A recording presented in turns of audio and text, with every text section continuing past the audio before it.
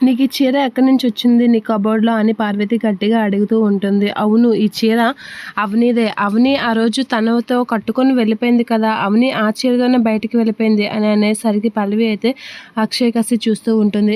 ఇక అక్షయ్ అయితే ఏంటి పల్లవి, ఈ చీర నీకెలా వచ్చింది? అసలు అవని చీర నీ దగ్గర ఎందుకుంది? అని అయితే చాలా గట్టిగా అడుగుతూ ఉంటాడు. ఇక పార్వతి కూడా అడుగుతూ ఉంటుంది.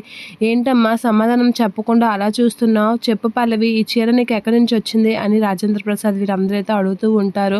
అవును, ఇది వదిన చీర అయితే వదిన చీర నీ దగ్గర ఎందుకుంటుంది అంటే, ఆ రోజు అలాంటి చీర నువ్వు కట్టుకొని అమ్మని తోసేసావా అని చెప్పి శ్రీకర్ కూడా అడుగుతూ ఉంటాడు. ఇక అందరూ అలాగే అడిగేసరికి పల్లవి అయితే ఏం మాట్లాడాలో తెలియక అలా సతమతం అవుతూ ఉంటుంది. ఇక ఏం చేయాలని అయితే ఆలోచిస్తూ ఉంటుంది. ఇక కమలైతే ఏంటి మాట్లాడడం లేదు నువ్వు, అసలు నువ్వే అవని వదినలా రెడీ అయ్యి తోసేసావా? అసలు అమ్మని తోసేసింది అవని వదిన నువ్వా అనేది అడుగుతూ ఉంటాడు. ఆ మాటలకి పల్లవి అయితే షాక్ అవుతూ ఉంటుంది. చెప్పవా, చెప్పు అని గట్టిగా అడుగుతూ ఉంటాడు కమల్. అలా అడిగేసరికి పల్లవి అయితే షాక్ అయ్యి అలా చూస్తూ ఉంటుంది. ఏంటి పల్లవి, అడిగిన దానికి సమాధానం చెప్పకుండా అందరి ముఖాలు చూస్తున్నావు నిన్నే అని గట్టిగా పార్వతి అడిగేసరికి పల్లవి అయితే సతమతం అవుతూ అలా చూస్తూ ఉంటుంది.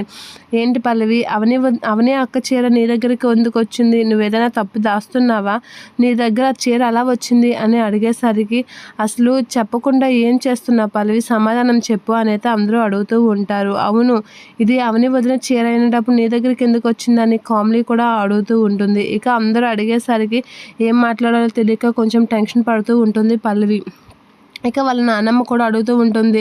దాన్ని అవని చీర నీ దగ్గరికి ఎందుకు వచ్చింది పల్లవి అసలు అని గట్టిగా అడిగేసరికి ఏం మాట్లాడాలో తెలియక అలా అవుతూ ఉండండి అని చెప్పి బయటకు వెళ్ళి లోపలికి వస్తూ ఉంటుంది. అలా వెళ్ళి తన దగ్గర ఉన్న చీరలు తీసుకొచ్చి కామ్లీని అయితే అడుగుతూ ఉంటుంది. ఇలాంటి చీర నీ దగ్గర ఉంది కదా అంటే ఉంది అని అయితే అంటూ ఉంటుంది. ఇక అవని దగ్గర కూడా ఇలాంటి కలర్ చీర ఉంది కదా బావగారు అని అంటే ఉంది అని అయితే చెప్తూ ఉంటాడు అక్షయ్. అలా అనేసరికి అలాంటి చీర నా దగ్గర అవని వదిన దగ్గర అవని అక్క దగ్గర ఉన్న చీర కామ్లీ దగ్గర ఉన్న చీరలు నా దగ్గర ఉండేటప్పుడు ఈ చీర ఉండడంలో తప్పేంటి అని అడుగుతూ ఉంటుంది. అయితే అవని అక్క తప్పు చేస్తే అది నా మీద తోసేస్తారా అని చెప్పి అయితే అంటూ ఉంటుంది పల్లవి.